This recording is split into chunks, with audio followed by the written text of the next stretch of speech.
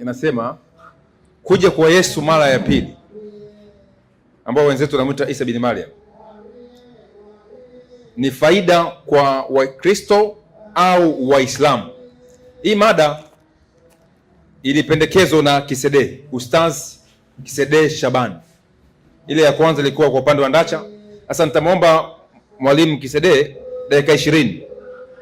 Tutaenda kwa taratibu ule wa kwanza, upandishe hiyo mada kwa dakika 20, uelezee ulimwengu na Wakristo na humu ndani na mtandaoni kwamba Wakristo Waislamu mtapataje faida kwa kuja kwa Yesu mara ya pili. Na mwalimu wa pili upande wa Kristo, mwalimu Ndacha, naye atapanda vile vile kuleta faida ya kuja kwa Yesu kwa upande wa Kristo. Nafikiri uko tayari. Basi panda juu tuokoe muda.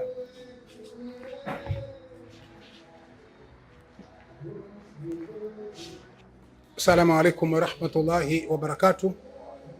Na ndugu zetu katika Adam, tunawatakia amani ya Mwenyezi Mungu iwe kwao. Kwanza tunamshukuru Mwenyezi Mungu Subhanahu wa Ta'ala na kumtakia takaso la dunia, mwokozi wa ulimwengu, bwana wa mitume, bwana wa Yesu, Nabii Muhammadi, rehma na amani ziwe juu yake. Ndugu watukufu wa Islam na wote ambao si Waislamu, bado tena tunamshukuru Mungu kuona tulivyoanza mada ya kwanza na tunaanza tena mada ya pili. Mada ya kwanza imekwisha, tunaingia kwenye mada ya pili, na mada ya kwanza hatutairudilia tena wala kuigusa, ila tutaanzisha mada ya pili kama isemavyo: kuja kwa Yesu mara ya pili. Ni wanani ambao watapata hasara kwa kuja kwake? Ni Waislamu au ni Wakristo? Hiyo ndio mada ya pili. Kuja kwa Yesu mara ya pili, watakaopata hasara, sisemi watakaopata faida, watakaopata hasara, watakaopata matatizo, watakaopata shida ni wanani? Ni Waislamu au ni Wakristo? Na mada hii niliteua mimi, na niliteua mada hii kwa malengo ya kuteua mada hii ni kwa sababu kuna mgogoro unaoendelea katika ulimwengu huu, ulimwengu wa Kiafrika hasa na ulimwengu kinyume na ulimwengu wa Kiafrika. Mjadala huu bado unaendelea katika hali ya mvutano ya Waislamu na Wakristo. Wakristo wanasema Waislamu ni maadui wa Yesu, wanampinga Yesu, kwa hiyo Yesu atakuja kuwakomoa Waislamu. Kwa hiyo wanatakiwa wamwamini Yesu, wamkubali Yesu mapema. Waislamu nao wanajitetea, mtume wetu sisi ni Muhammadi. Yesu hawezi kuja kutuangamiza sisi tunategemea uongofu wa Kiislamu kupitia mtume Muhammadi. Wanajitetea kwa namna moja ima nyingine. Mimi kama mwalimu nikasema acha nitie mada hii, maadamu Ndacha anaomba tufanye mdahalo naye, tutazungumza kwenye media na itangazwe. Acha tutie mada hii, tuwasaidie wasikilizaji, tuwasaidie waumini wapate kujua mgogoro huu unafikia wapi, ukweli unaojificha katika matatizo ya kuja kwa Yesu ni nini. Ndio maana nilitia mada hii, na kwa ukweli mada hii ni mada nyeti ambayo itamfanya Mkristo na Muislamu kujua wapi ipo, kutokana na utume wa Nabii Isa na kutokana na utume wa Nabii Muhammad. Kila mtu atajua imani yake imesimamia kunini. Cha kwanza nitawafahamisha hivi,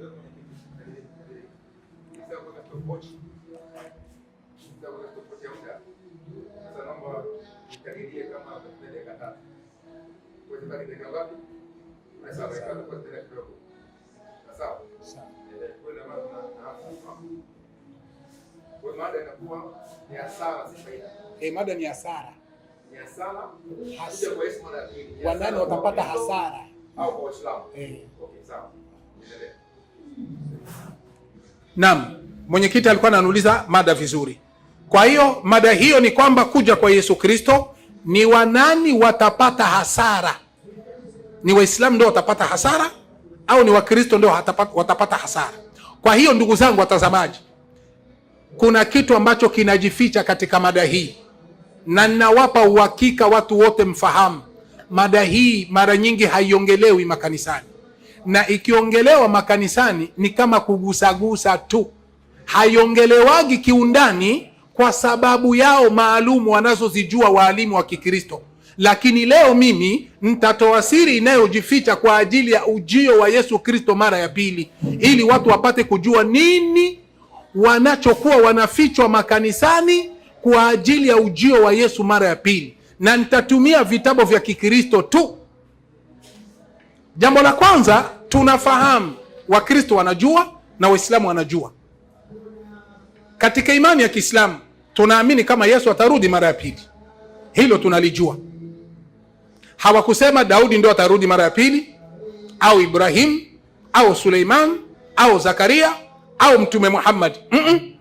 Ameteuliwa Yesu atarudi mara ya pili, na atakaporudi mara ya pili kuna kile atakachokifanya.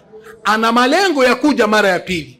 Ukisoma kwenye Qur'an, ukisoma katika Qur'ani sura ya 4 aya 159, Saleh Farsi ufafanuzi wake inathibitisha hilo, kwamba Bwana Mtume Muhammad amethibitisha kwamba Yesu atakuja mara ya pili.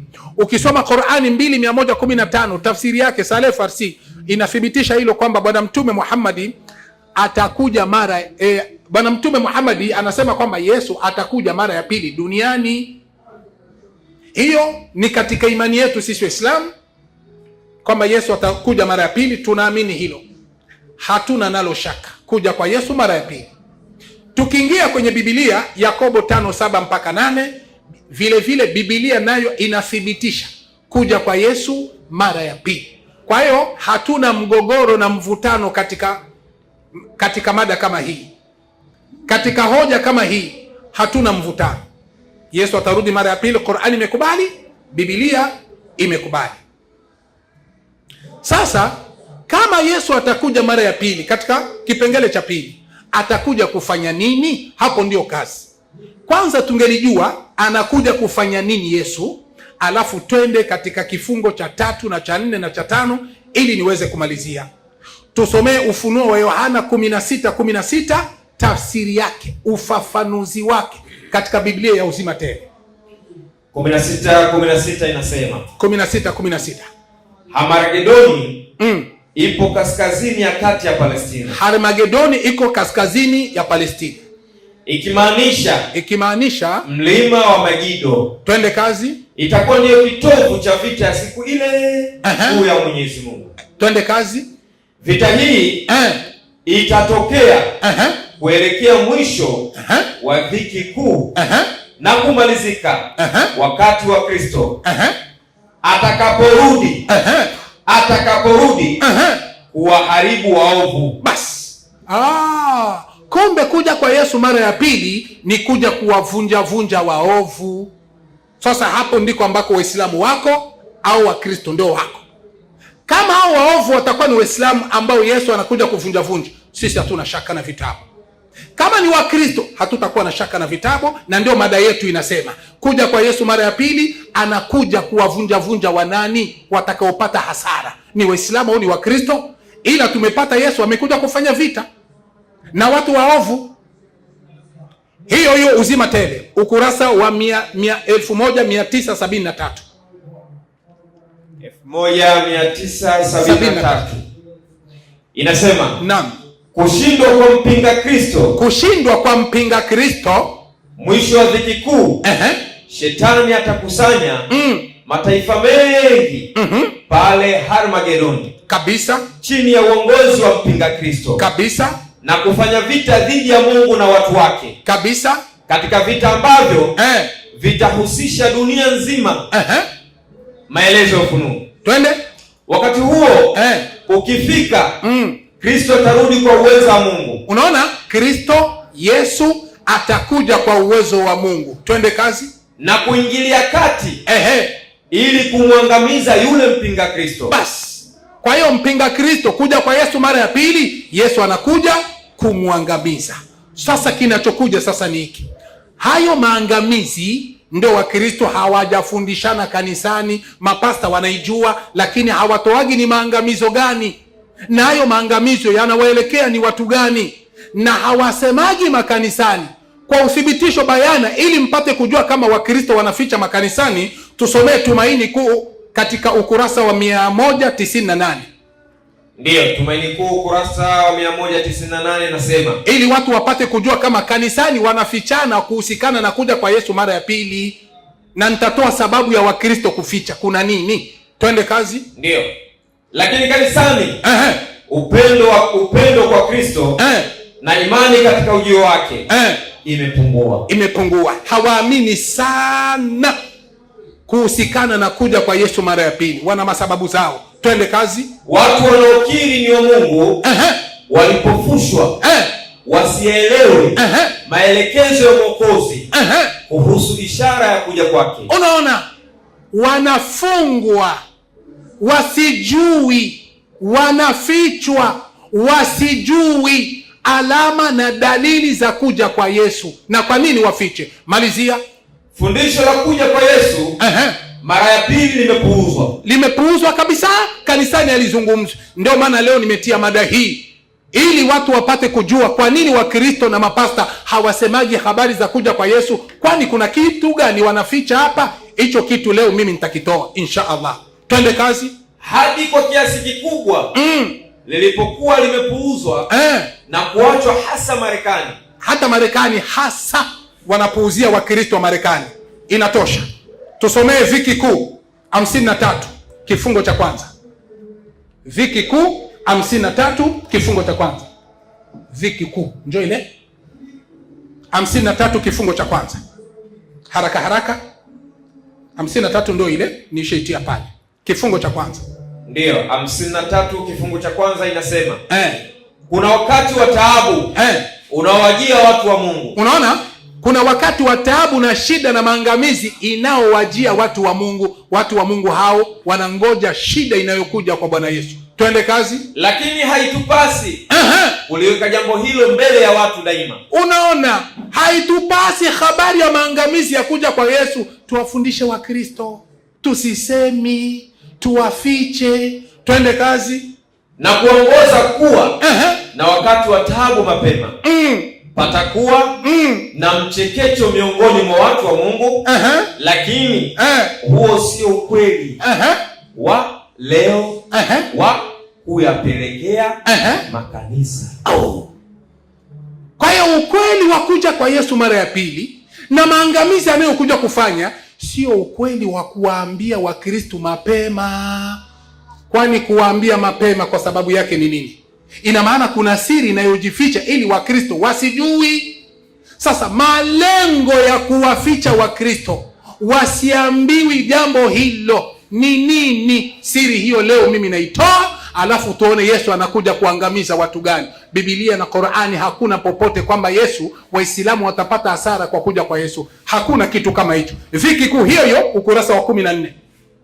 Ndiyo, ukurasa Viki Kuu ukurasa wa 14. Ndiyo, ukurasa wa 14 inasema. Ukurasa wa 14 na 15. Leta nikufungulia haraka haraka Sheikh wangu. Ndiyo, tayari. Tayari Ukurasa wa 14, samahani. Ukurasa wa 14 mpaka hapa na 15. Twende kazi. Ukurasa wa 14 inasema. Uko wakati wa taabu unawajia watu wa Mungu. Ndiyo. Lakini hatupasi kuliweka hilo mbele ya watu daima. Hatupasi kusema kwa makanisa kuwapa hiyo siri. Kwa nini? Na kuwafanya wawe na wakati wa taabu kabla ya wakati. Na kuanza kuambia wakati wa taabu kabla ya wakati. Na kutakuwa kupepetwa miongoni mwa watu wa Mungu. Lakini huo sio ukweli. Unaona? Sio ukweli. Twende. Wa leo wa kuyapelekea makanisa yetu. Hatupasi kuwapelekea makanisa yetu. Twende kazi. Ziko nyakati za dhoruba mbele yetu. Lakini hebu tusitamke neno hata moja la kutuamini au kukatisha tamaa. Tusiwakatishe tamaa. Kumbe wakiwaambia hiyo siri ya Yesu kuja kuangamiza, watakata tamaa Wakristo. Kukata kwao tamaa ni nini? Twende kazi. Kama Mungu amepata kunena kupitia kwangu, basi wakati utakuja mtakapopolekewa mtakapopelekwa mbele ya mabaraza na kila msimamo mnaoshikilia juu ya ile kweli utakosolewa vikali sana. Unaona, itakosolewa vikali sana ikiwa watafika kuambia kweli na namna Yesu anakuja kuangamiza watu. Watakosolewa na watu watatoka kwenye makanisa. Sikiliza kinachofuata. Muda ambao wengi sana sasa wanamwacha kupotea bure unapaswa kutolewa katika kutia agizo ambalo Mungu ametupatia. Simamia hapo. Sasa ikiwa kama wanaokopa kuambia, malengo wasitoki makanisani. Sasa tuliseme hilo, ili wakitoka watoke na watakuwa wanafanya uamuzi uliokuwa sahihi. Tusomee Ufunuo wa Yohana 2:16 alafu tutongezea. Soma sasa Biblia. Ufunuo wa Yohana 2:16. Biblia hata hiyo uliokuwa nayo ni Biblia. Sheikh, wewe una Biblia? Ufunuo wa Yohana 2:16. 2:16 Ufunuo wa Yohana.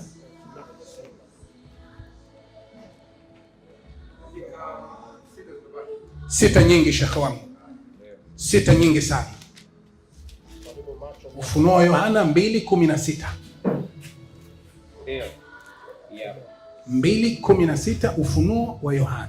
Ufunuo wa Yohana 2:16 inasema, basi tubu na usipotubu naja kwako upesi. Unaona? Tubu na usipotubu naja kwako upesi. Huu ni Bwana Yesu anasema. Tubu, usipotubu naja kwako upesi. Sikilizeni sababu ya Wakristo kuficha. Yesu anasema tubu, usipotubu naja kwako upesi. Twende kazi. Nami nitafanya vita juu yao. Kumbe inakamilika. Kumbe usipotubu Yesu anakuja kufanya vita na wewe. Twende kazi. Kwa kuwa upanga wa kinywa changu. Unaona? Nitafanya vita na wewe kwa upanga wa kinywa changu. Sasa haijulikani hapa Yesu anawaambia wanani. Yesu anakuja kufanya nao vita kwa upanga wa kinywa chake. Haijulikani ni Wakristo wala haijulikani ni Waislamu. Soma 17. Tuone ni watu gani hao. Yeye aliye na sikio. Yeye aliye na sikio na asikie. Yeye aliye na sikio na alisikie. Neno hili ambalo Roho anayaambia makanisa. Rudi tena. Yeye aliye na sikio. Yeye aliye na sikio na alisikie neno hili ambalo Roho anayaambia wanani? Makanisa. Basi wanaoambiwa hapo watubu na wasipotubu Yesu anakuja kuwavunja na kuwatesa. Ushahidi kamili kulingana na mada. Yesu anakuja, atakapokuja wanani wataathirika, wanani watateseka? Kitabu kinasema ni watu wa makanisa. Twende sasa, hao watu wa makanisa ni kina nani wanaolengwa hapo? Tusomee Timotheo wa kwanza 4:1, lakini utupe ufafanuzi wake. Kifungo cha 3 na kifungo cha 5. Ndio. Haraka. Timotheo wa kwanza 4:1. Sawa. 4:1. Tupe sasa ufafanuzi wake. Nimetia alama kifungo cha kwanza na kifungo cha pili. Kifungo cha 3 njoo hapa. Kifungo cha 3 njoo hiki na kifungo cha kufuata ndio hiki. Kifungo cha 3 hiki na kifungo cha 5. Soma hii. Umaarufu wa mafundisho yasiyo ya kibiblia. Naam. Kimsingi utakuwa ni matokeo ya Shetani. Maliza. Akielekeza majeshi yake ya kipepo katika upinzani. Unaona? Mashetani. Sababu kabisa tunataka tujue Yesu kuja kuvunja Wakristo makanisani ni kwa sababu mashetani yatapeleka watu wake wapi? Twende kazi. Majeshi yake ya kipepo katika upinzani uliozidi kwa kazi ya Mungu. Twende kazi. Kuja mara ya pili kwa Kristo. Kuja mara ya pili kwa Kristo kutatanguliwa. Sikiliza vitu vitakaotangulia kabla ya kuja kwa Yesu, na ndio maana akija anakuja kuvunja. Twende kazi. Kutatanguliwa na mkazo au nguvu. Unaona, kutatanguliwa na mkazo au nguvu kubwa ya Shetani. Kubwa ya kishetani itatangulia, ndio maana Yesu anakuja kupiga. Twende kazi. Imani itatangulia mbovu za kuwasiliana na roho za kuzimu. Kumbe imani ya kuwasiliana na roho za kuzimu zitatangulia, ndio maana Yesu atapiga. dini ovu zilizojificha, na dini za ovu za uongo zilizojificha zitakuwa zimeisha tangulia. Ndio maana Yesu anakuja kupiga, kupagawa na mapepo, kutokewa na mapepo na udanganyifu wa kipepo, katika dunia na wapi? Na ndani ya kanisa. Bas, Allahu Akbar. Ndio maana Yesu anakuja kupiga. Uasi wa Ukristo unaendelea, maovu yanaendelea katika makanisa, huku wanajua wanamtafuta Mungu, huku wanajua wanamhubiria Mungu. Ndio sababu mojawapo ya Yesu kuja mara ya pili ni kuja kuwapiga Wakristo wote. Hakuna Mkristo ataponyoka hapa, na ndio maana hakuna andiko lolote kwamba Wakristo hawataponyoka. Hakuna. Malizia kifungo cha 5 haraka. Ndio inasema waumini waaminifu wasifikiri kwamba kwa sababu uasi wa imani unazidi sana ndani ya Kristo. Soma vizuri kaka yangu, ndani ya Kristo hakuna uasi. Rudi tena. Waumini waaminifu wasifikiri kwamba kwa sababu uasi wa imani unazidi sana ndani ya Ukristo. Unaona? Kwa hiyo ndani ya Ukristo uasi na anasa inazidi. Ndio maana Yesu anakuja kupiga kila aliye Mkristo. Aliyekuwa na akili aondoke mapema.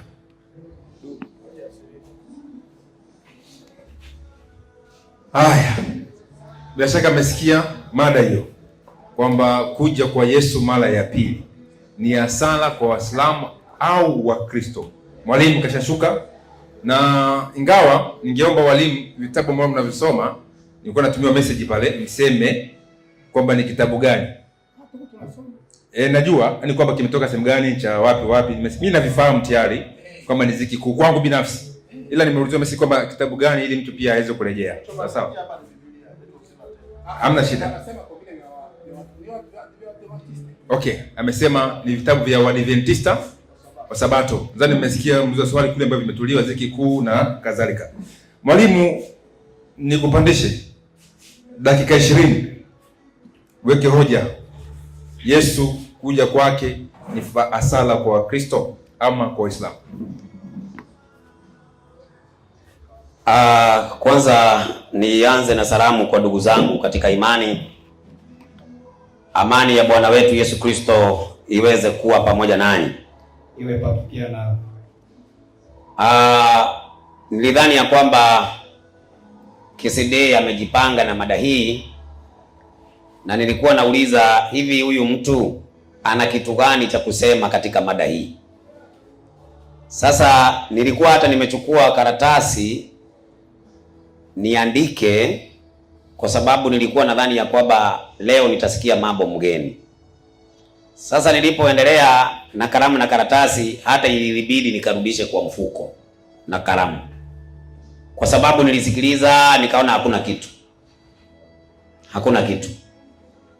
Nilidhania kwamba kuna maandiko yanayosema ya kwamba Wakristo watapata hasara Yesu akirudi. Sasa nimesikia vitabu Tumaini Kuu, sijui Pambano Kuu, ambaye kwanza inaongelea topic yenyewe, inaongelea wakati wa dhiki kuu, si wakati wa kurudi kwa Yesu. Inaongelea wakati wa dhiki kuu. Elewa mada ukisoma kitabu unacho na uelewi hata kenye kinaongelea. Mada umeweka wewe mwenyewe, kurudi kwa Yesu mara ya pili. Sasa tena unakuja kusoma vitabu vinavyoongelea wakati wa dhiki kuu, si habari ya kurudi kwa Yesu. Kaa kwa mada, si wewe ulileka mada hiyo. Sasa tunaongelea habari za kurudi kwa Yesu. Kuna hasara kwa watu gani? Nilidhani ya kwamba pengine Wakristo Yesu akirudi kuna aya Yesu atawapeleka jehanamu ama atawaangamiza. Sasa ile kitu ambacho nimesikia ni habari za mpinga Kristo na ufalme wake na watu wake. Sasa huyu mpinga Kristo katika Uislamu anaitwa Masihi Dajjali, mpinga Kristo, na wale ambao watakao kuwa wamemfuata. Sasa msomaji, naomba nianze na Biblia. Mimi sitaenda kando kando, nitatumia Biblia kabisa, na kama itawezekana nipate aya 2 kwenye Qur'ani nitatumia. Sasa msomaji, nisaidie, kitabu kinaitwa Yohana 14 mstari wake ni wa kwanza. Haya maneno Yesu anawaambia wanafunzi wake. Soma tusikie. Msifadhaike mioyoni mwenu. Ndio. Mnamwamini Mungu, niaminini na mimi. Ndio. Nyumbani mwa Baba yangu na makao mengi. Kama sivyo ningeliwaambia. Kama sivyo ningeliwaambia. Maana naenda kuandalia mahali. Yesu anawaambia wafuasi wake, naenda kuwaandalia mahali. Basi mimi nikienda na kuandalia mahali, nitakuja tena niwakaribishe kwangu, ili nilipo mimi nanyi muwepo. Kwa hivyo Yesu anaongelea habari ya kurudi kwake, anakuja kuwakaribisha wafuasi wake mahali yako wakae na yeye. Imesema atawaangamiza? Atawakaribisha. Inasema watapata hasara? Hakuna. Sasa hawa wafuasi wa Yesu ni akina nani? Chukua Biblia ya Kiafrika kwanza, ukurasa wa 2218. Wakristo ni akina nani? Wakristo ni akina nani? Soma ukurasa wa 2210 huko nyuma, ndugu yangu, ukurasa huko nyuma kabisa, huko nyuma kabisa, ukurasa wa 2218. Inasemaje? Wakristo, wafuasi wa Kristo. Unaona?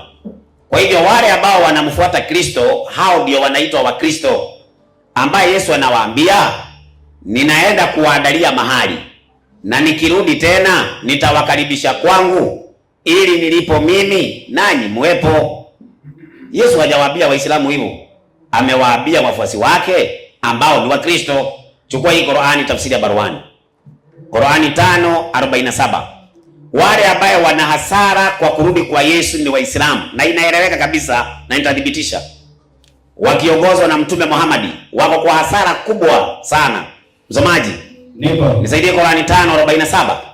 47 inasema, hawa ndio walimu ambao tulikuwa tunategemea watoe mada, tugojee vitu vya nguvu. Kumbe hamna kitu. Soma msomaji. Nasema, ndio. Na wahukumu watu wa Injili, watu wa Injili kwa yale aliyoteremsha Mwenyezi Mungu ndani yake. Sasa hapa tunaambiwa na Qur'ani kuna watu wa Injili, sio watu wa Qur'ani. Watu wa nini? Wa Injili. Hayasoma commentary yake. Na sisi tuliwaamurisha wafuasi wa Isa. Yaani watu wa Injili. Hao watu ambao ni wafuasi wa Isa ama wafuasi wa Yesu ni watu wa nini? Wa Injili. Ni watu wa nini? Wa Injili. Wanaitwaje? Wakristo. Kumbe wafuasi wa Yesu wanaitwaje? Wakristo. Wafuasi wa Yesu wanaitwaje? Wakristo. Na anawaambia katika Yohana 14:6, anasema, msifadhaike mioyoni mwenu, mnamwamini Mungu, niaminini na mimi. Nyumbani mwa Baba yangu mna makao mengi. Kama sivyo ningeliwafanyaje? Ningeliwaambia. Sasa tunamuuliza Yesu, sasa wakati utakapokuja ni kitu gani utakachokifanya, ili tujue Waislamu na Wakristo nani watapata hasara? Nisaidie kitabu cha Mathayo 25:31. Dunia mjue kuanzia leo Kisidei wakiwa na wenzake ni Sumun, Bukumun, Umyun. Hawana kitu. Mimi nilidhani ya kwamba amechagua mada anaweza, kumbe hawezi, maskini wa Mungu. Soma andiko. Hapo atakapokuja mwana wa Adamu. Hata Masawe ningeomba unikubalie. Huyo Kisidei, ile elimu ambayo nimeona anaye, nimpee ndugu yangu hapa. Nimpee kabisa, nimpee huyu ndugu. Mwenyekiti unikubalie nimuachie hawa. Maana hawawezi, hawa wako chekechea. Soma msomaji. Hapo atakapokuja mwana wa Adamu. Hapo atakapokuja mwana wa Adamu katika utukufu wake na malaika watakatifu wote pamoja naye. Safi. Ndipo atakapoketi katika kiti cha utukufu wake. Maliza. Na mataifa yote watakusanyika mbele zake. Mataifa watakusanyika mbele zake. Naye atawabagua kama vile mchungaji abaguavyo kondoo na mbuzi. Safi. Atawaweka kondoo mkono wake wa kuume. Yesu ataweka kondoo mkono wake wa nini? Wa kuume. Alafu na mbuzi mkono wake wa kushoto. Mkono wa kushoto ni nani hapo? Mbuzi. Si mbuzi zina ndevu? Naam. Sasa tunauliza Yesu, si mbuzi wako mkono wa kuume? Naam. Wako mkono wa kulia? lakini kondoo wako mkono wa kuume. Kondoo wako mkono wa kuume, lakini wako mkono wa kushoto. Hawa buzi ambaye wako upande wa kushoto ndio wana hasara ama ni kondoo? Msomaji, hapo soma 41. 41 nasema. Inasemaje? Kisha atawaambia na wale walioko mkono wake wa kushoto, ondokeni kwangu mliolaniwa, mwende katika moto wa milele aliyowekewa tayari ibilisi na malaika zake. Kwa hiyo wale watapata hasara ni wale watawekwa mkono wa kulia, watawekwa mkono wa kushoto. Wale watakuwa mkono wa kushoto ndio watapata hasara. Hawa wa upande wa kushoto ni akina nani? Chukua Qur'ani tafsiri ya Mayunga ukurasa wa 433. Mtume Muhammad tuambie hawa wa upande wa kushoto ambaye watapata hasara na wataingia jehanamu ni akina nani? Soma tusikie. Ukurasa wa 533. 533. Qur'ani tafsiri ya Mayunga. Inasemaje? Inasema. Ndio. Anasema Mtume SAW. Anasema Mtume Muhammad. Wataletwa watu katika umma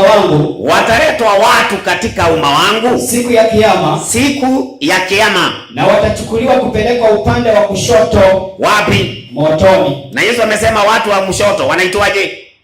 Buzi. Wako mkono wa nini? Wa kushoto. Na Muhammad anasema hawa watu ni nani?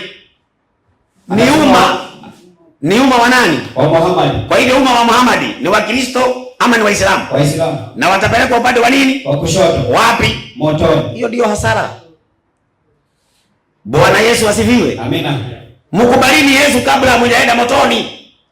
Sasa hii ndio mnaanza kusoma hapo. Mnafanya mazoezi kwa uwanja wa vita. Nasema mnajibia kifaa. Unajua, wewe hata hujui kitu. Nyinyi niteketea, mbele yangu hamna lolote. Roho ambaye yako ndani yangu hamumwezi abada nikatani. Labda muende mvue shetani mumlete. Majini muwalete. Lakini nyinyi peke yenu bure kabisa hakuna kitu. Mimi nilikuwa nafikiri mada hii hawa watu wanahoja. Kumbe weupe hakuna kitu. Sasa Biblia inasema mkono wa kushoto, wale wataenda mkono wa kushoto wataenda jehanamu. Muhammad anasema wale wako mkono wa kushoto ni umma wake. Ni umma wake. Hata nikimalizia mada hapo, singekuwa imeeleweka. Naam. Lakini kwa sababu sitaki kumalizia hapo, nataka nionyeshe kwa nini Waislamu wako kwenye hasara. Soma Yohana 3:16. Iko sawa? Yaani masaa ya mada nishamaliza. Hii ni kachubari na iko na wabea. Yaani mada nyepesi wananiletea hawa watu. Mlinipimaje?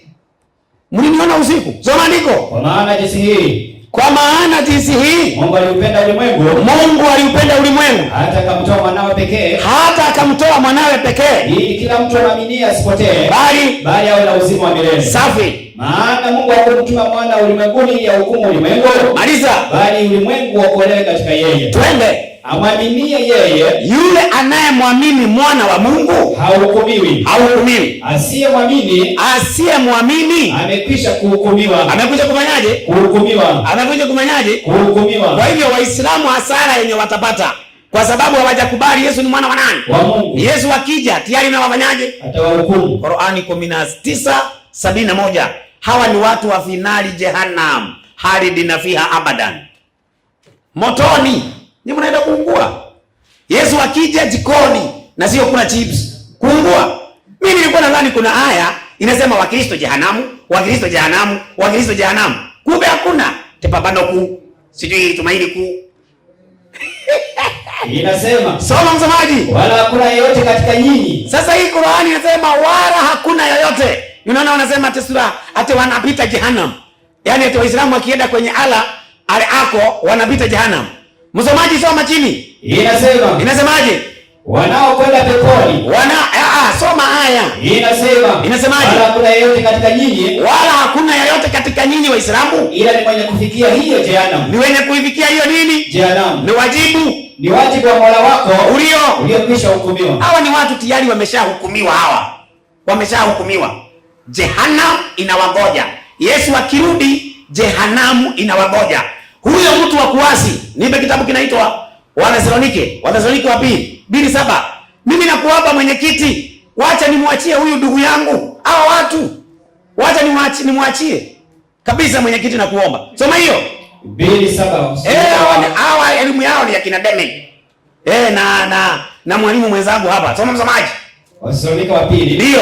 Wathesalonike wa pili 2:7. 2:7 inasema. Inasemaje? Maana ile siri ya kuasi hivi sasa inatenda kazi. Ambaye lakini yupo azuiaye sasa. Yule azuiaye sasa hata atakapoondolewa, ndio hapo ndipo atakapofunuliwa yule asi. Kuna wakati atafunuliwa yule muasi ambaye Bwana Yesu atamuua kwa pumzi ya kinywa chake.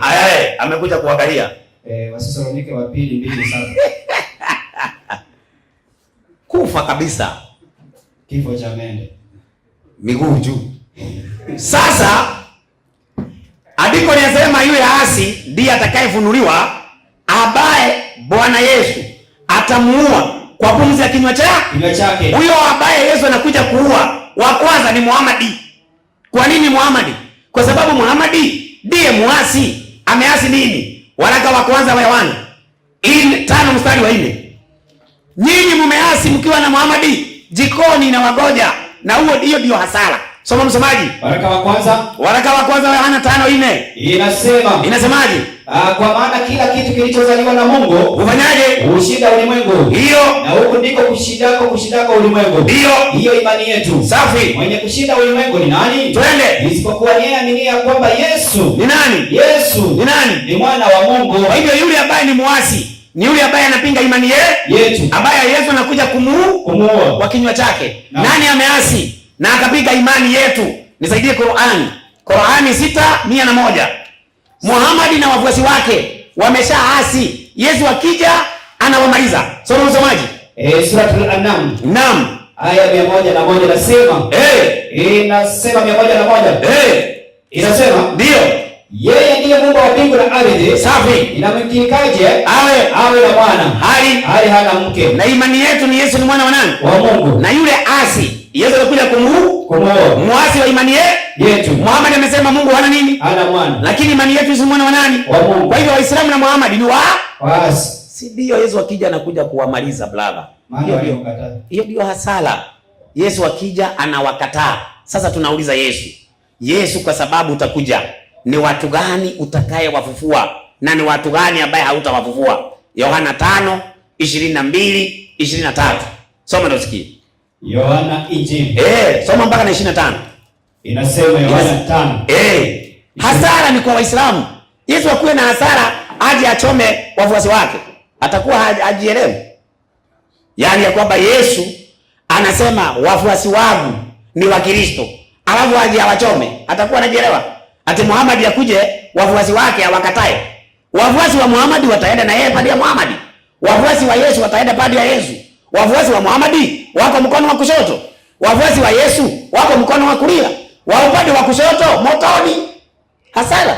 Soma msomaji. Inasemaje? 25. Ndio. Amini nawaambieni. Saa inakuja. Na sasa ipo. Ndio. Wafu watakapo. Nilikwambia Yohana 5:22 mpaka 25. Tena Baba hamhukumu mtu yeyote. Bali anampa mwana hukumu yote. Safi. Ili watu wote wamheshimu mwana. Ndio. Kama vile wanavyomheshimu Baba. Maliza. Asiyeheshimu mwana. Yule asiyemheshimu mwana hamheshimu Baba aliyempeleka. Hamheshimu Baba aliyempeleka. Hawa wanamheshimu mwana. Hawamheshimu. Wala hawakubali mwana. Hawamheshimu hata Baba. Maliza. Amini nawaambieni. Yeye alisikia neno langu. Ndio. Na kumwamini yeye aliyenipeleka. Ndio. Una uzima wa milele. Safi. Wala haingii hukumuni. Twende. Bali amepita kutoka mautini. Maliza. Kuingia uzimani. Maliza. Amini nawaambieni. Ndio. Saa inakuja na sasa ipo. Safi. Wafu watakaposikia sauti ya mwana wa Mungu. Sauti ya Muhammad. Sauti ya mwana wa Mungu. Hao wanajua mwana wa Mungu? Hao umejui. Alafu mnafikiri mtasikia? Wale watasikia ni wale wanajua nani?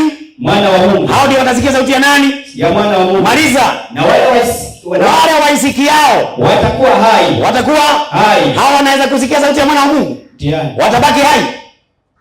Kifo. Wale ambao wanajua Yesu ni mwana wa Mungu watakuwa hai. Wathesalonike wa kwanza 4:15. Hasara. Mimi nilikuwa nafikiri una maandiko kama haya. Hata kama si kwa Biblia pengine kwa Qur'ani. Kumbe una tibabano kuu. Sio mahuni kuu. Tena inaongelea viki kuu. Haiongelei kurudi kwa Yesu mara ya pili. Vitabu vyenyewe umebeba, kumbe hata hujasoma. Soma msomaji. Inasema. Ndio. Kwa kuwa twawaambieni haya kwa neno la Bwana, ndio kwamba sisi tulio hai tutakaosalia hata wakati wa kuja kwake Bwana, maiza, hakika hatutawatangulia wao waliokwisha kulala mauti. Kwa nini? Kwa sababu Bwana mwenyewe atashuka kutoka mbinguni pamoja na mwaliko na sauti ya malaika mkuu, safi, na parapanda ya Mungu. Maliza. Nao waliolala katika Kristo, rudia, nao waliolala katika Kristo, rudia, nao waliolala katika Kristo watafufuliwa kwanza. Ube wa Kristo ndio watafufuliwa kwanza. Waliolala katika Kristo, Waislamu watafufuka, takuwa kifo, wanakuja kufufuliwa mauti ya pili, kuchomwa moto. Sasa hasara iliyopo kwa Waislamu ni kwamba Waislamu Yesu atakapokuja anawaweka mkono wa kushoto na awaambie, ondokeni mliolaaniwa muende katika moto aliyowekewa Ibilisi na malaika zake. Na tunaona leo Waislamu wako pamoja na malaika wa Ibilisi, wako pamoja. Maana ukiuliza majini walisilimu, ndio ni Waislamu, ni Waislamu leo. Sasa kama majini ni Waislamu, unafikiria kwamba nyinyi mtaenda muache majini kwenye wanaenda? Majini wataenda jikoni, Qur'ani 6:128. Nyinyi na Waislamu na majini jikoni. Yesu akija hasara yenu motoni. Soma msomaji. 150. Acha hata wachana, watakuja kusoma wao. Nisaidie kitabu cha Yohana 3:36. 36 inasemaje? Faida kwa Wakristo. Amwaminie mwana yuna uzima wa milele. Asiyemwamini mwana hataona uzima, bali ghadhabu ya Mungu inamkalia. Ghadhabu ya Mungu inafanyaje? Inamkalia. Sasa tunawacha kuwapea kachumbari kwa dakika moja. Msomaji, hebu chukua Ukristo katika Afrika, ukurasa wa 495. 495. Nisomee. Inasemaje? Hata kifanyike nini kwa Wakristo katika ulimwengu huu? Kwa Wakristo katika ulimwengu huu, Wakristo wana matumaini ya furaha, kwamba siku moja Yesu atarudi na kuwakusanya wapendwa wake. Na kuwa pamoja nao milele. Kwa hivyo Yesu anakuja kuwachukua wapendwa wake. Wanaitwaje? Wakristo. Si nani? Si Waislamu. Waislamu jikoni na wagoja kesede kuja kwa Yesu saa hii, kabla hujaenda kuchomwa mara ya pili. Ninaona saa hii ndio nafanya mazoezi kwa uwanja wa vita. Fanya alafu nakuja.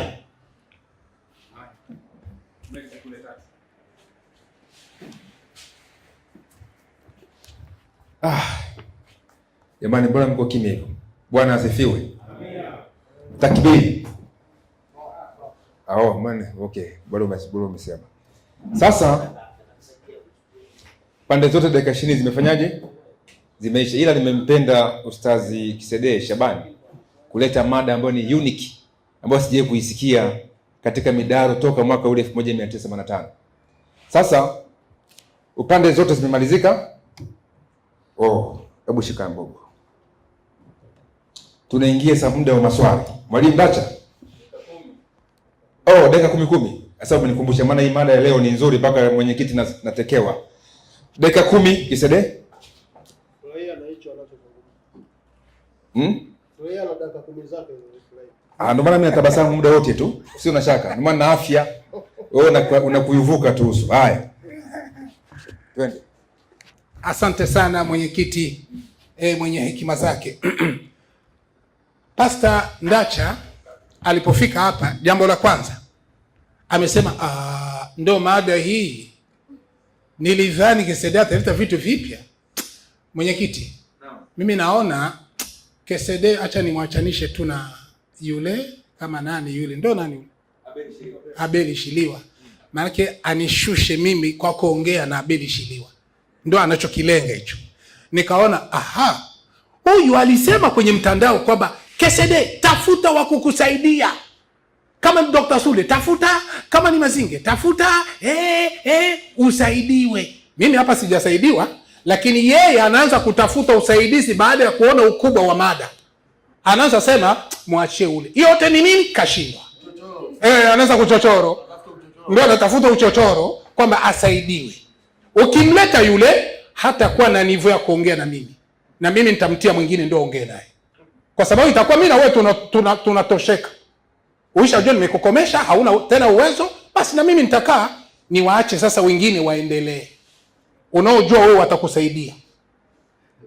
Ndio maana yake hiyo, kwa sababu utakuwa umeashiria mimi sijui, nashindwa kwa hii mada. Sasa ulisema hivi eti kwamba Yohana 14:1 inasema kwamba Yesu atakaporudi atakuja kuchukua watu wake. Mwenyekiti, ulisikia Yesu anakuja kuwachukua Wakristo? 1:14 unapiga swata. Haikusema Yesu anakuja kuchukua Wakristo. Anasema anakuja kuwachukua. Neno Ukristo hakutia hapo. Kwa hiyo wewe usipachiki. Ukitaka uniulize hao ni watu gani, mimi nitakupa. Alafu ukaongezea kusema katika kitabu cha Biblia ya Kiafrika ukasoma ukurasa wa 2218. Soma hii. 2218. Twende haraka nimalize hoja zake zote. Hakuna ambako amethibitisha kwamba Yesu hatakuja kuwavunja Wakristo. Hakuna. Ngoja kabla hujaendelea. Anachokuja kufundisha Ndacha, amefundisha kwamba Waislamu wataingia motoni. Ndio mafundisho yake. Katika dakika zake 20 amefundisha Waislamu wataingia motoni, Waislamu watakuwa mkono wa kulia, Waislamu watakuwa hivi. Hiyo sio mada yetu Ndacha. Sio mada yetu. Mada ni kusema hivi, Yesu anakuja atawaangamiza hawa au hawa. Kama ni Waislamu, toa andiko Yesu atawaangamiza Waislamu. Itamke, usidhanie wewe. Lakini tangu umeanza haujatoa, wasikilizaji wote ni shahidi. Ila umeongea kama Waislamu watakwenda motoni na kila aya unayoitoa sio vile inavyoongea. Naomba mimi nisijibu kwa sababu nikijibu huko nitakuwa ninatupa mada. Lakini hakuna hata uthibitisho uliotoa Waislamu watakwenda motoni. Uelewa wako ni mdogo sana. Mada Yesu anakuja kuwavunja Wakristo. Mimi nilitoa ushahidi kamili. Nikajua wewe utakapoingia utagusa pale nilipogusa. Nimetoa ushahidi Yesu anakuja kuwapiga Wakristo. Nilitoa ushahidi. Lakini ungelifika wewe ungelisema Kesede, ile andiko ulisema haisemi Wakristo, ungeeleweka. Andiko hili ulisema haisemi Wakristo, ungeeleweka. Lakini haukugusa hata andiko yangu hata moja. Lakini ukakuja na mada nyingine, Waislamu watakwenda motoni, Waislamu hawamwamini Yesu. Haiko ndio mada. Sasa somo hiyo aliyoanzia ya Kiafrika ukurasa wa 218 ndio inasema Wakristo, wafuasi wa Kristo. Simamia hapo. Akasimamia hapo. Unaona? Wakristo, wafuasi wa Kristo. Ilianzia wapi? Twende kazi. Neno lililotumika kwa mara ya kwanza huko Antiokia. Unaona? Ni neno lililotumika kwa mara ya kwanza huko Antiokia. Yesu hayuko. Ukisoma sasa kitabu cha Imprimato 11:25 wametia pale. Ni wapagani ndio wanatoa hiyo jina mara ya kwanza. Sasa unakuja kutulezea Ukristo wa kipagani. Wapagani watakuwa na wanafunzi wa Yesu. Hiyo tunaitia pembeni. Ingine akasema hivi, akasema katika kitabu cha 5:47 Qur'an kusema kwamba unaona hata Qur'an inajua wafuasi wa Yesu wa Kristo. Nataka nikutoe jasho. Wali yakwambia hivyo nini? Baruani mwenyewe tumuulize, mbona unataja wa Kristo ni wanafunzi wa Yesu? Unayolenga ni nini? Waamini Injili. Sasa sikia 57 Qur'ani. Baruani hiyo hiyo 57:27. Tupe ufafanuzi wake. Baruani alikusudia nini? Anakusudia Injili gani ya Wakristo? Sio kwa unarupuka kitu ambacho haujui. Mada hii inakushinda, ndio maana unaanza kutafuta msaada. Toa andiko Waislamu Yesu anakuja na wavunja. Andiko iseme, kitabu kiseme. Sio uanze kudhania Waislamu ni waasi. Waislamu ni waasi. Kama ni waasi, toa andiko Yesu anakuja anawapiga Waislamu. Kama vile mimi nimetoa andiko 2:16-17 Yesu anakuja kuangamiza Wakristo. Imetaja kabisa. Kwa nini nao usitoe ushahidi wa kutaja? Hakuna kitu kama hicho. 57:27 kitabu cha Baruani. Ndio. Hapa. Twende kazi. Ndio, inasema 57:27 kitabu cha Qur'ani inasema. Twende kazi baba. Injili aliyofunuliwa Nabii Isa. Injili aliyofunuliwa Nabii Isa na Mwenyezi Mungu sio hizi zinazoitwa injili za Matayo, Marko, Luka na Yohana zilizomo katika Biblia. Inatosha. Kumbe ulipotoa wafuasi wa Yesu wafuate Injili wa Kristo, kitabu Baruani anakuambia sio hao wanaofuata Matayo, Marko, Luka, Yohana. Baruani anawakana. Usizoee tena kutoa andiko. Inataja Wakristo, baruana na wakana. Sio wale wa Mathayo, Luka, Yohana. Kama we hauko huko basi utakuwa ni mwenyewe soboto. Kingine alisema hivi, akasema kwamba Mathayo 25:35 Yesu anawatia watu upande wa kushoto na upande wa kulia. Upande wa kushoto mbuzi, upande wa kushoto mbuzi, upande wa kulia kondoo. Ndio anasema hivi, hawa watakaokuwa upande wa kushoto motoni ndio Waislamu. Jamani, iliandikwa Waislamu? Hakuna. Lakini mimi naenda kwa Yesu mwenyewe atuambie hawa watakaoangamiza upande wa kushoto ni kina nani? Baba tusomee kitabu cha Mathayo 7:23 alafu tupe ufafanuzi. Tupe ufafanuzi. Mimi nakupa mada nyeti. Yesu anawaangamiza Wakristo kwa ushahidi. Sio wewe udhanie. Waislamu wana dhambi. Wao wana dhambi Waislamu. Sawa. Wawe ni makafiri Waislamu. Sawa. Wawe ni wapagani Waislamu. Sawa. Lakini toa andiko, Yesu anakuja kuangamiza kwa andiko. Soma hiyo andiko. Mathayo 7 uzima tele. Mathayo 7:23. 7:23.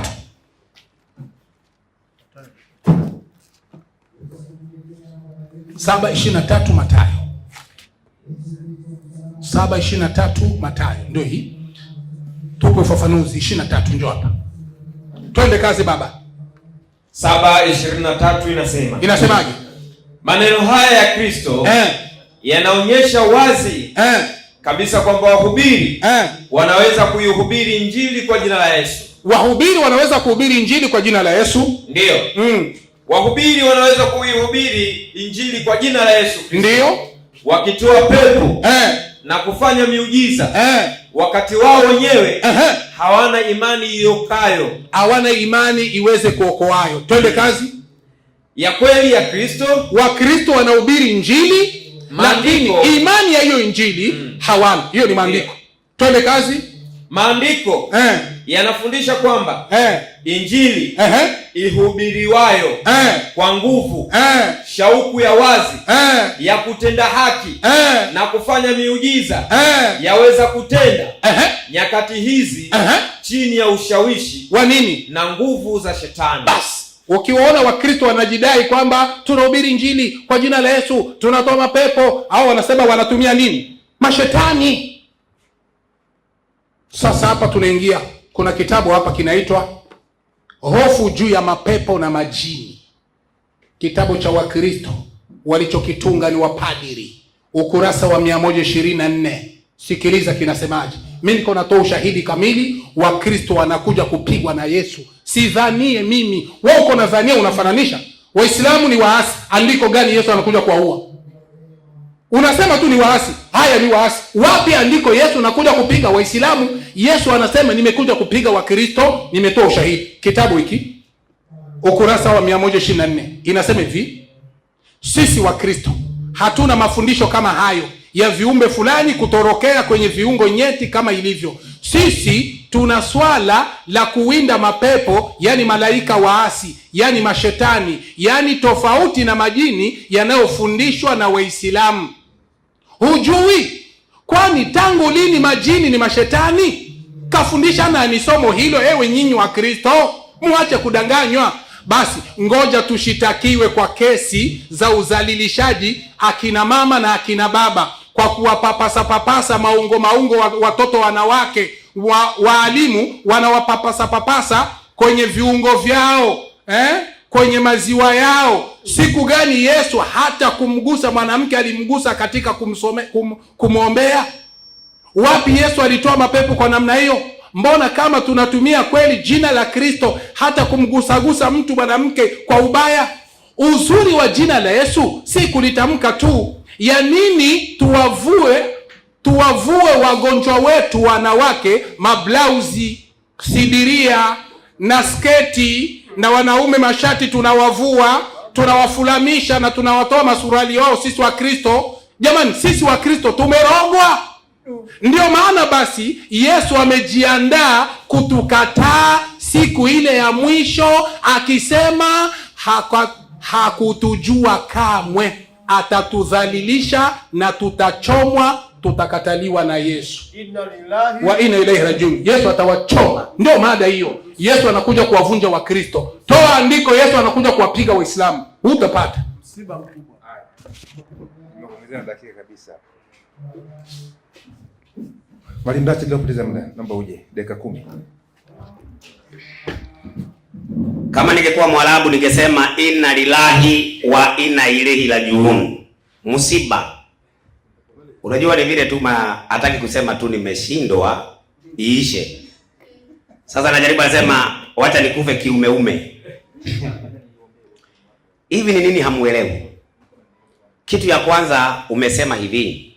Katika baruani wafuasi wa Yesu wanaitwa Wakristo.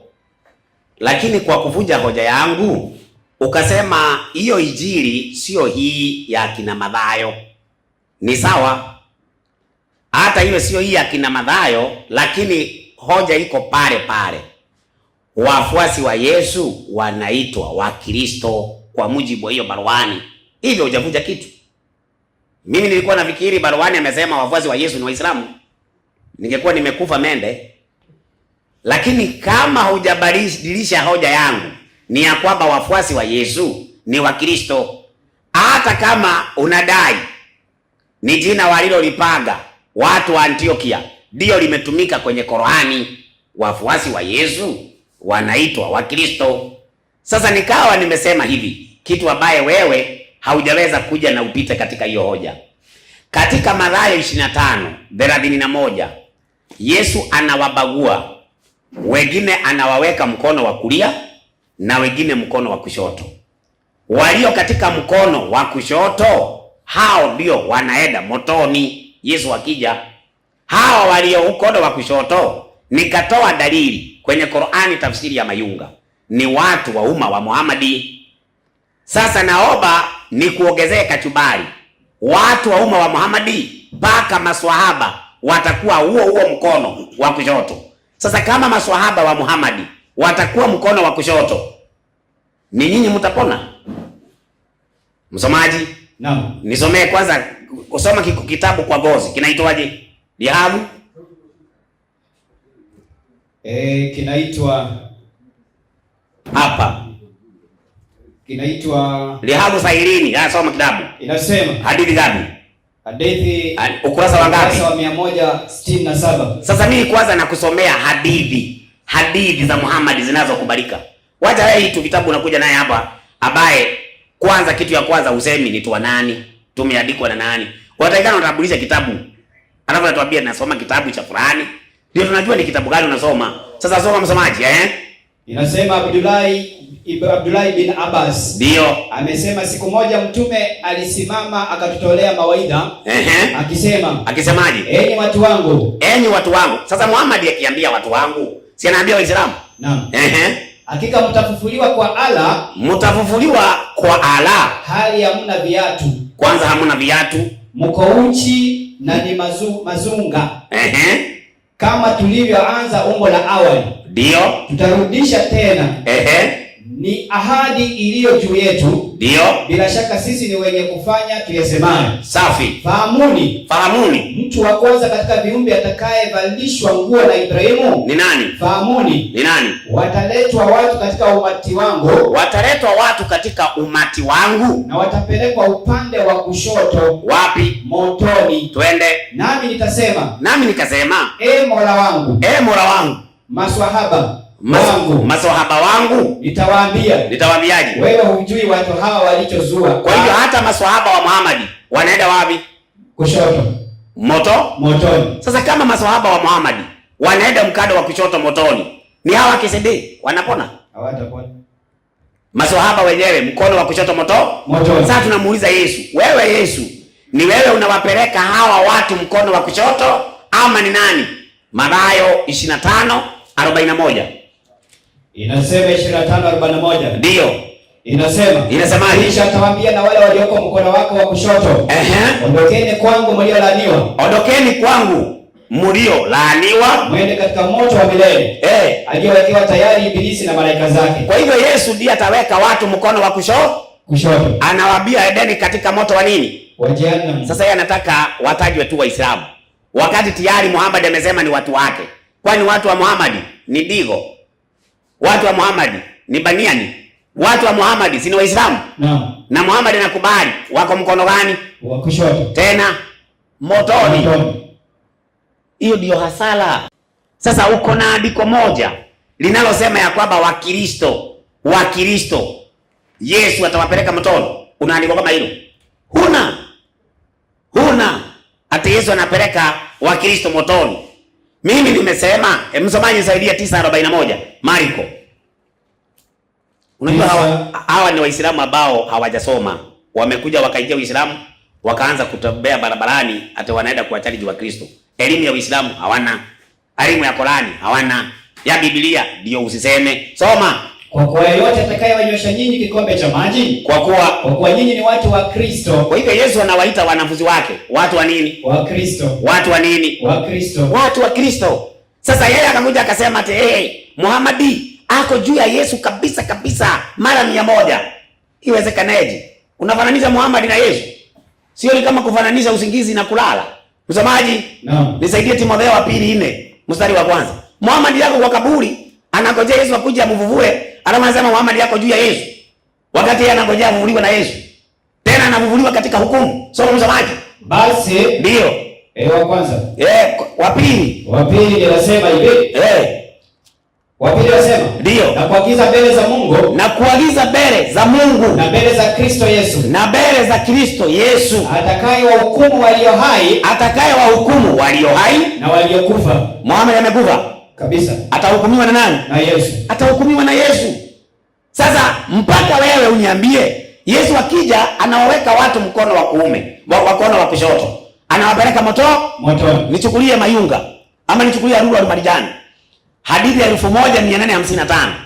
Mpaka ala mwenyewe anaweka guu lake jehanamu. Ninyi mnapona?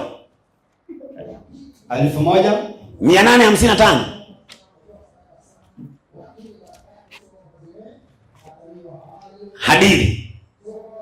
Hadithi ya 1855. Hadithi. Uko nyuma? Fungua tu. Hivyo. Enda. Hata ara mwenyewe. Deme. Ukurasa hadithi ya 1855. 855. Sasa basi kama umeikosa nitakuonyesha mahali nitakufungulia baadaye. Ukurasa wa 50 hiyo. Inasemaje? Naipata ni ukurasa wa 1194.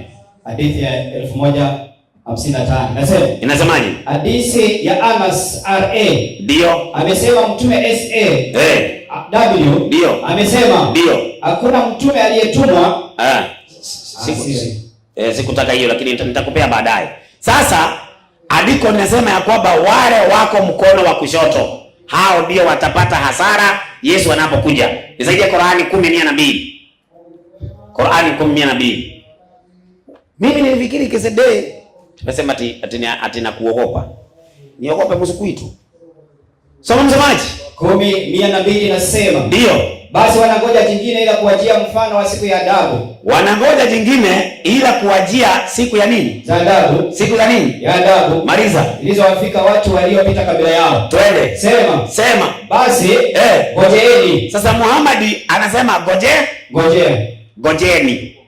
Ngojeni. Na wanangoja mfano wa siku za nini? Za adabu. Anasema ngojeni. Alafu mimi pia ati nini? Mimi pia ni pamoja nanyi katika wanaongojea. Unaona? Muhammad mwenyewe ako pamoja na wanaongojea adhabu. Kama Yesu akikuja, Muhammad anangojea adhabu. Waislamu ndio mnapona. Asoma hiyo. Tumeipata inasema. Ndio. Hadithi ya Anas bin Malik. Safi. RA. Ndio. Kwa mtume SAW amesema. Amesemaje? Jehanamu itaendelea kusema.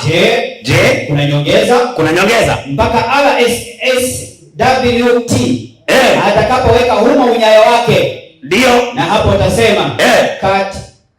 Yaani kama jehanamu inatosheka, ara mwenyewe akiweka guu lake ndani. Ninyi mtapona? Hawatapona. Ninyi mtapona? Yesu akirudi ina maana ya kwamba mtu wa kwanza kuwekwa katika jehanamu ni Waislamu. Mtu wa mwisho kufunika jehanamu ni Mungu wa Waislamu. Sasa huyu Mungu wa Waislamu lazima mjue ya kwamba si Mungu wa kweli. Ndiye Biblia inasema, Yesu anasema atakuja kumwangamiza na pumzi yake katika Wathesalonike wa pili 2:7. Bwana Yesu atakuja kumwangamiza na pumzi ya kinywa chake. Wale ambao wako kwa hasara wakati Yesu atakaporudi ni Waislamu, na wale wote ambao hawamkubali Yesu watakuwa mkono wa kushoto na wote wataenda jehanamu. Kwa hivyo Waislamu, Yesu akirudi, muko katika hasara. Wakristo wako katika faida, maana watapata uzima wa milele. Waislamu wanapata nini? Hasara. Wakristo uzima wa milele. Waislamu hasara. Mada imeisha ijaisha? Imeisha. Na ikafunikiwa. Dakika 9 na sekunde 56. Wakristo na Waislamu, habari zenu? Haya, tunaingia katika hatua ya ngwe ya mwisho ya mkutano wetu katika maspoja ya maswali. Mada ilitolewa na Mwalimu Kisedee Shaban, imejengwa na Ndacha ameijibu. Sasa Ndacha ataenda kumuuliza swali Kisedee kwa dakika 3 na Kisedee ataenda kuijibu kwa dakika 5. Alafu tena hata kama hajajibiwa dakika 3 vile vile atarejelea na dakika 5 zitajibiwa na Ndacha, hivyo hivyo kwa upande wake. Basi bila kupoteza muda ni mchache, naomba nimpandishe Mwalimu Ndacha. Dakika 3 mzitumie kwa uaminifu, na sasa hivi sitaongeza hata sekunde. Naomba mtumie, mkimaliza basi nakuwa nakata. Bwana Mwenyekiti, nataka niweze kuuliza swali na nitalijegea swali hili katika Mathayo 25:41. 41 nasema. Ndio. Kisha atawaambia na wale walioko mkono wake wa kushoto, ndio, ondokeni kwangu mliolaniwa, mwende katika moto wa milele.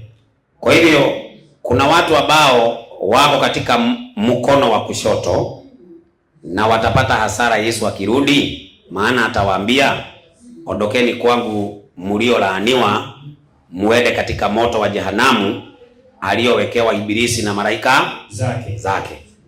Sasa nisaidie Waibrania 1 mstari wake ni 3 na 4. Sasa niulize swali. Waibrania 1 mstari wa 3 na 4. Inasemaje? Yeye kwa kuwa ni mng'ao wa utukufu wake. Huyo ni Yesu anaongelewa hapo. Na chapa ya nafsi yake. Twende. Akivichukua vyote kwa amri ya uweza wake. Akiisha kufanya utakaso wa dhambi. Aliketi mkono wa kuume wa ukuu huko juu. Kwa hivyo Yesu ako mkono wa kuume. Kwa hivyo Yesu na watu wake wako mkono wa kuume. Kwa mujibu wa Qur'ani, tafsiri ya Barwani imesema wafuasi wa Yesu wanaitwa Wakristo. Wafuasi wa Yesu wanaitwa Wakristo. Yesu yuko mkono wa kuume wa Mungu. Swali, Waislamu kwa mujibu wa andiko, wafuasi wa Muhammadi wako mkono upi? Wako mkono wa kuume? Naomba andiko. Wako mkono wa kushoto? Naomba andiko. Msomaji, mwalimu, mwenyekiti, naomba ushikilie hiyo swali yangu ijibiwe. Sasa nichukulie ukurasa wa Ukristo katika Afrika, ukurasa wa 275. Ukurasa wa 275. Dakika hiyo moja tusomee. Ukurasa wa 275. 75 inasemaje? Watu walio katika dini zisizokuwa za Kikristo, watu ambaye wako kwenye dini ambaye si ya Kikristo, wanatafuta msaada kwa miungu. Wanatafuta misaada kwa miungu au kwa roho kuliko kwa Mungu. Maliza. Kuliko kwa Mungu wa kweli. Twende. Hatimaye wanaweza kudanganywa na kujikuta wao ni watumwa wa Ibilisi na mapepo yake. Kwa hivyo watu wote ambao si wa dini ya Kikristo wameshadanganywa na wako katika roho ya upotevu. Sasa aende katika ukurasa wa 496. 496 inasemaje hapo juu? Ndio. Pale juu, soma pale juu hapo. Pale. Anasema watasikia sauti yake, ndio Kristo. Ndio. Nao watatoka wale waliofanya mema kwa ufufuo wa uzima. Maliza. Na wale waliotenda mabaya kwa ufufuo wa hukumu. Safi. Wakristo ambao walikufa watafufuliwa kutoka katika wafu wakati Kristo atakaporudi. Basi Wakristo watafanyaje? Watafufuliwa. Hapo imesema Islamu.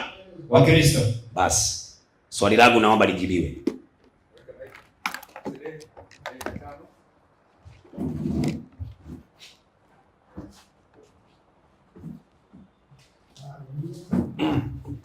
Naam, nashukuru sana mwenyekiti.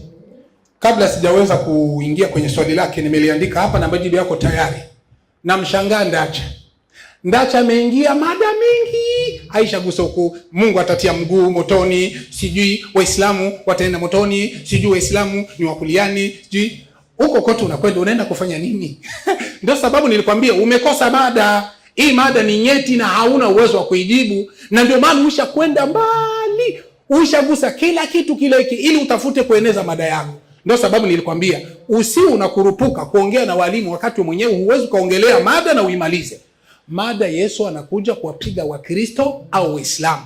Narudi tena, kila andiko nililolitoa la Yesu anakuja kupiga vita Wakristo inatamka hauigusi. Ila huko naongeza na kutetea. Hapana, Wakristo watafufuliwa, ni watu wa Yesu, sijui kaza wa kaza. Lakini kabla sijaenda huko, nataka nijibu swali lako.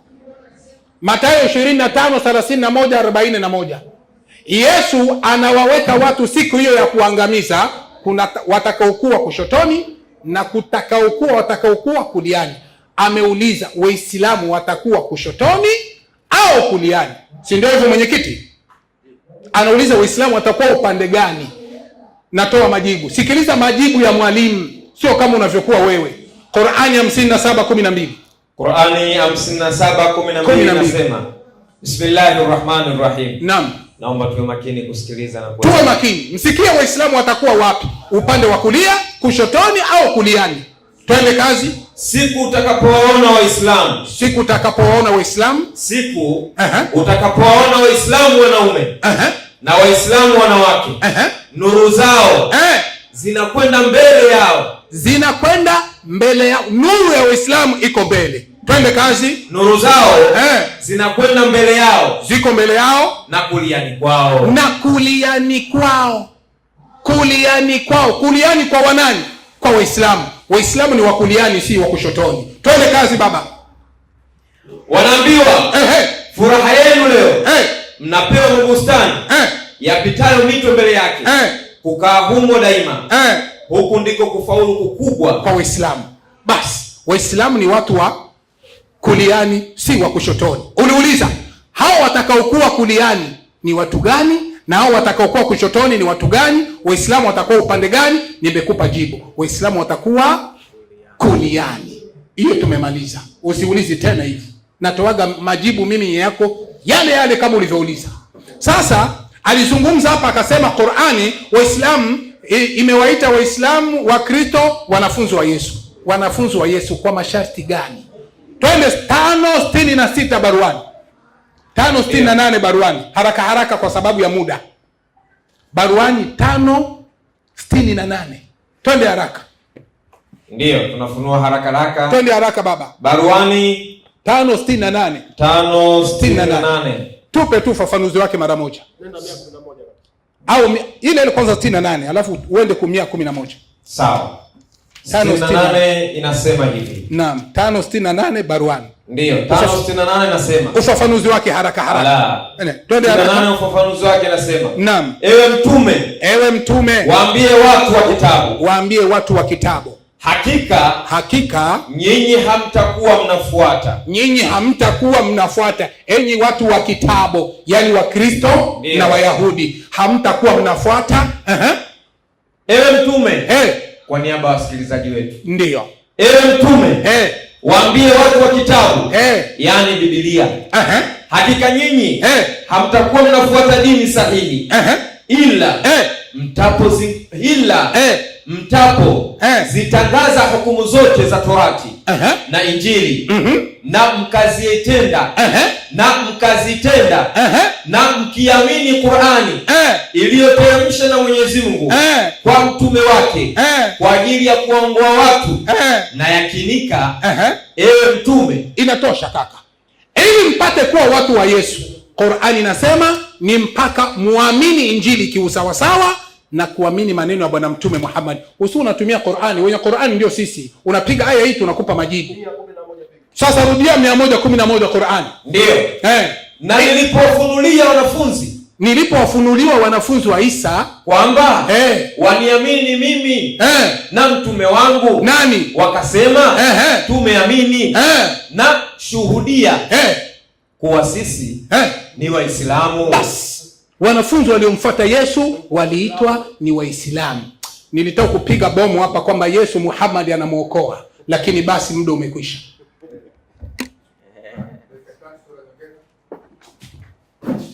Yaani bwana mwenyekiti, bado ni masikitiko mengine, tumeongeza mengine ya pili.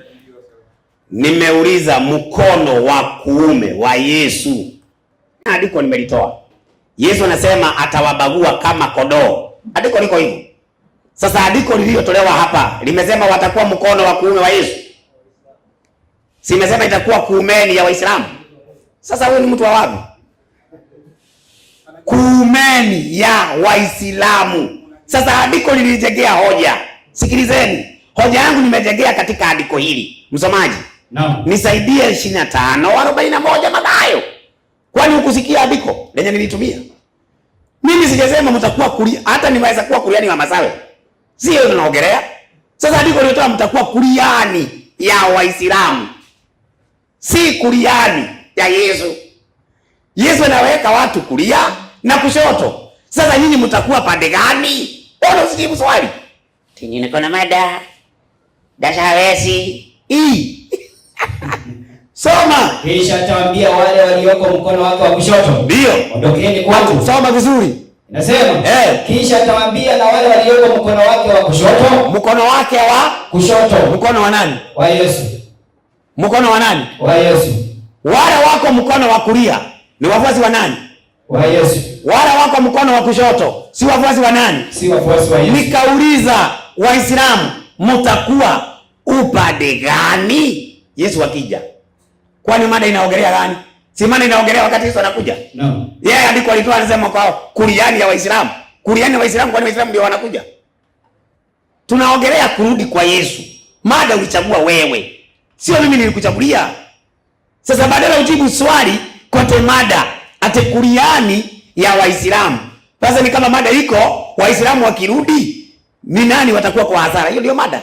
Mada iko Yesu akirudi watakaokuwa kwa hasara ni akina nani? Ndio nikauliza Waislamu, Yesu akirudi mtakuwa upande gani? Upande wa kulia ama upande wa kushoto? Msomaji, nipo. Naomba unichukulie Mayunga ukurasa 500.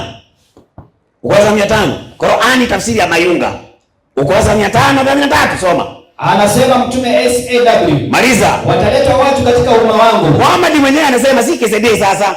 Wataleta watu katika umma wangu siku ya kiyama. Siku ya kiyama. Na watachukuliwa kupelekwa upande wa kushoto.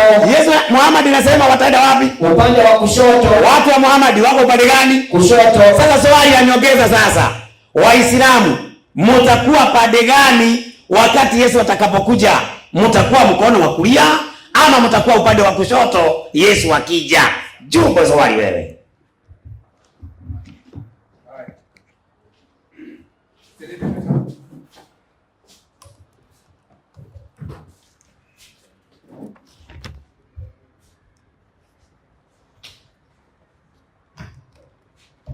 Niliwaambia Ndacha hana mada, hana hoja. Umegeuza. Mimi sikusema hivyo. Mtakuwa upande gani wakati kumkono wa kulia wa Yesu si wa Kiislamu? Nimemaliza kila kitu, nikajibu kila kitu. Nimemuonesha hivi, wale watakaokuwa upande wa kulia watakuwa ni wanafunzi wa Yesu. Hilo halikatai. Halikatai. Kwanza nimempa 57:12. Qur'ani inasema Waislamu ni wa kuliani si wa kushotoni. Nimempa huyo. Kwa hiyo watu wa kushotoni si Waislamu, wa kuliani ndio Waislamu. Kisha nikampa 5111 kwa sababu watu watakaokuwa kuliani si ni wale waliomwamini Yesu, si ni watu wa Yesu. Sasa tumepata wale watu wa Yesu ni wanani? Msomaji, rudia Qur'ani 5111 haraka haraka. 5111 Qur'ani. Wale wanafunzi wa Yesu wale ambao watakuwa kuliani ni wanani? Si nilikuwa nimejibu. Tena unarudilia. Soma hiyo. Ndiyo, 5111 Qur'ani inasema. Inasemaje? Tunasoma aya. Na nilipowafunulia wanafunzi kwamba waniamini mimi na mtume wangu wakasema. Nilipowafunulia wanafunzi gani? Wa Yesu. Aliwafunulia nini? Twende kazi. Ndiyo. Wakasema hao wanafunzi, tumeamini na shuhudia. Tumeamini na Mungu shuhudia kama sisi ni waaminifu mbele yako, kuwa sisi ni Waislamu. Sheria inasemaje? Ewe mtume, watajie umma wako yaliyotokea kwa nani? Tulipowatia hima kikundi cha aliyowataka Isa.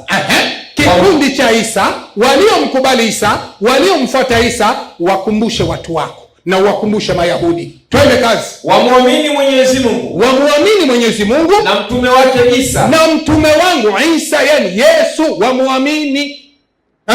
Na wakamuitikia wakawa ndio wanafunzi wake mahususi. Wale wanafunzi wakasema kujibu majibu ya Yesu, na wanafunzi wakasema tumeamini ewe Mungu, na shuhudia ewe Mola wetu, shuhudia kama sisi wanafunzi wa Yesu tumemwamini na tumekuamini wewe Mungu mlezi. Shuhudia wewe Mola wetu mlezi kuwa sisi wanafunzi wa Yesu tumesafisha nia zetu na tunafuata amri zako, yani Waislamu. Allahu Akbar. Kwa hiyo wanafunzi wa Yesu walikuwa ni Waislamu. Unapouliza sasa hawa watu wa Yesu wenyewe watakuwa kwa mkono wa kulia na hawa watu watakuwa kwa mkono wa kushoto, Waislamu watakuwa upande gani? Nimekuonesha Waislamu ni wa sehemu ya upande wa kulia, na tunapata wanafunzi wa Yesu walikuwa ni Waislamu, na hawa wanafunzi wa Yesu ambao ni Waislamu watakuwa kwa mkono wa kulia wa Yesu. Subutu tena uje uingize. Kwa hiyo unataka kujifanya haukusikia, umesikia, unataka kuvuruga tu. Ametoa katika kitabu cha Mayunga, anasema kwamba siku hiyo watu wa umati wako wengine watapata maangamizi. Akatoa katika Mayunga Riyadh ya Swalihina 167. Sasa majibu yake, hawa ambao wataingia motoni watakuwa ni gani? Hawa umati Muhammadi ni watu gani? Tusomee majibu yake katika hadithi ya Lu'lu wal Marjan, hadithi ya 1213. Tusikilize kwa makini. Hadithi ya Asma binti Abu Bakar radhiallahu anha amesema Mtume Muhammad sallallahu alaihi wasallam. Hiyo ni hadithi ya 1479 Lu'lu wal Marjan. Ndio. Soma hiyo. Hadithi ya Asma binti Abu Bakar. Naam. Radhiallahu anha. Twende kazi. Amesema Mtume Muhammad sallallahu alaihi wasallam. Naam. Amesema hakika mimi nitakuwa nimesimama ili nimuone atakayekuja kwangu. Mtume atasimama kwenye pepo yake. Pepo, Mungu anampa Mtume Muhammad pepo yake. Twende kazi. Ili nimuone atakayekuja kwangu. Naam, miongoni mwenu. Nimuone atakayekuja kwangu miongoni mwenu. Na baadhi ya watu watachukuliwa karibu yangu.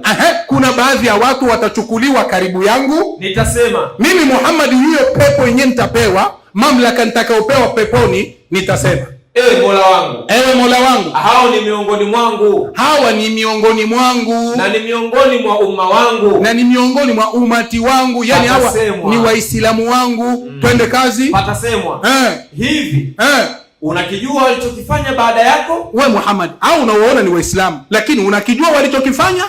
Malizia haraka haraka. Wallahi waliendelea kurudi nyuma yao, waliacha Uislamu. Kwa hiyo hao wenye kuingia motoni ni watu walioacha Uislamu wakawa Wakristo, yani makafiri. Sasa huko nataka kutupa andiko ya Wakristo kuingia motoni.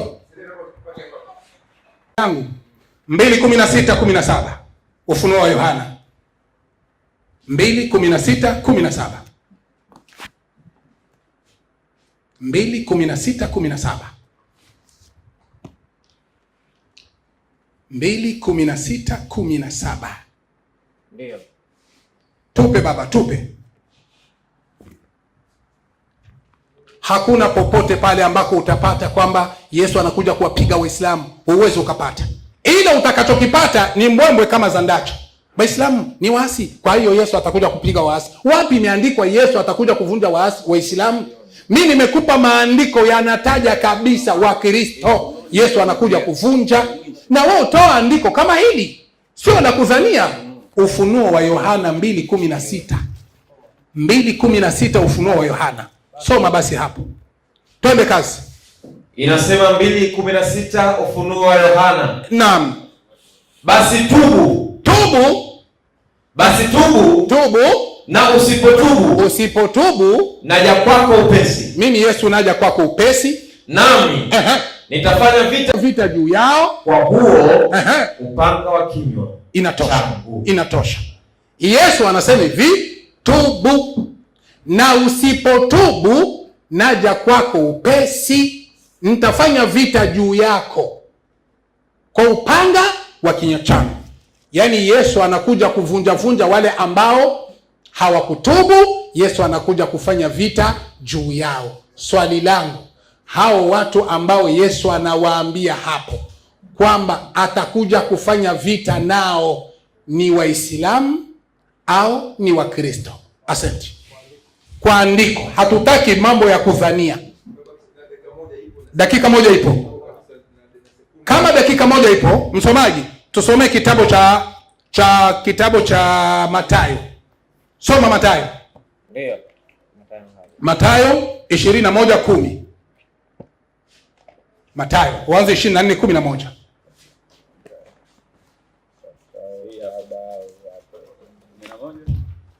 Mathayo 24:11. Anza basi Luka 13:25. Fanya Luka 13:25 mara moja. Kwa hiyo dakika yangu moja, ili nisiendi mbali na dakika zangu. 13:25 Luka.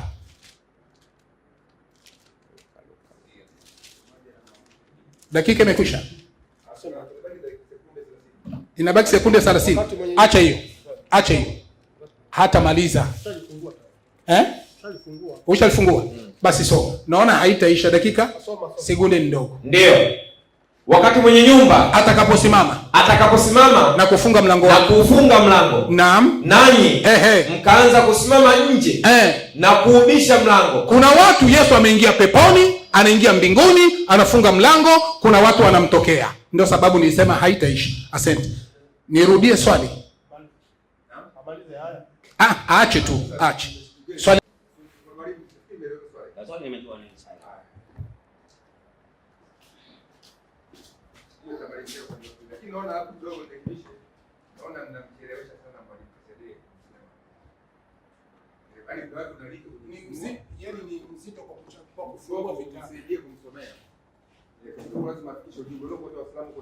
Hata Boko mwenyewe unafikiri anajua kufungua? Unafikiri kama angejua kufungua singekuwa ameshasaidia? Sijazi tayari nishazama.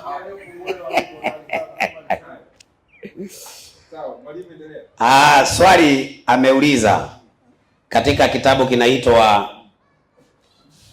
kinaitwa Ufunuo wa Yohana 2:16. Anasema naja kwako upesi, tubu na usipotubu nitafanyaje? Msomaji, hebu soma hiyo aya. Inasema ndio 2:16. Inasema basi tubu, ndio, na usipotubu naja kwako upesi, nami nitafanya vita juu yao kwa huo upanga wa kinywa changu. Juu yao ama juu yako? Juu yao. Lakini sehemu ambayo imesoma andiko imesema tubu ni wengi ama ni mmoja? Ni mmoja. Upanga unafanywa juu yao. Mmoja.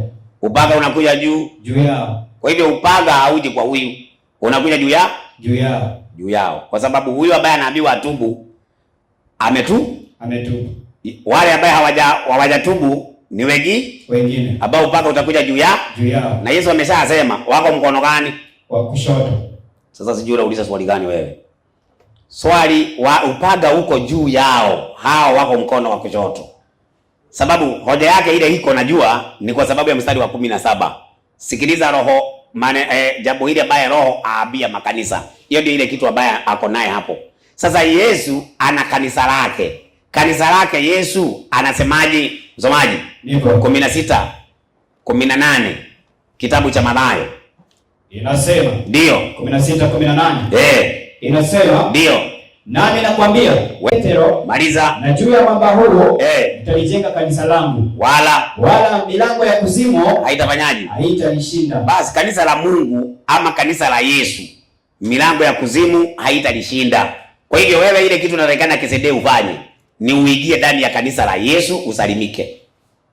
Hivyo tu. Kwa sababu kanisa la Yesu halitaangamia. Wale wako nje ya kanisa la Yesu, hao ndio upanga utakuwa juu ya.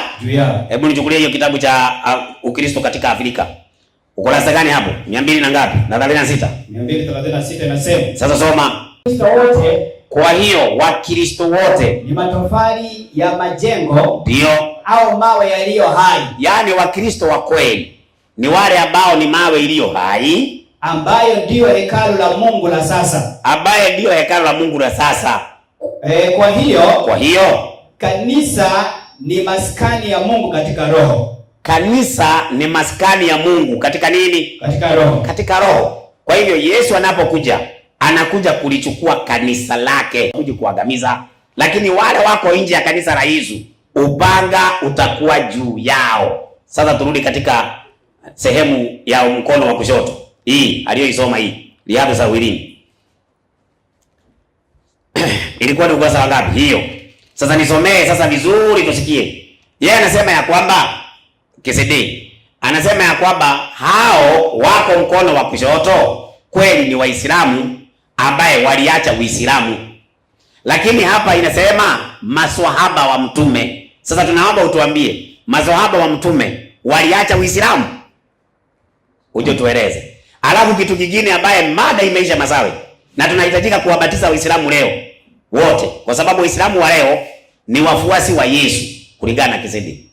Kisedee amesema wale wako mkono wa kushoto, wale wako mkono wa kulia ni wafuasi wa Alafu akasema Waislamu ni wafuasi wa nani? Wa Yesu. Muhammad amekosa wafuasi leo. Yesu wao. Mada zimeisha. Tumemaliza mada. Hata Kisedee leo anasema ni mfuasi wa Sasa mahali amekosea ni kusema Wakristo wanafunzi wa Yesu walikuwa Waislamu. Hiyo ndio makosa amefanya. Hebu nisaidie Qur'ani 5:47.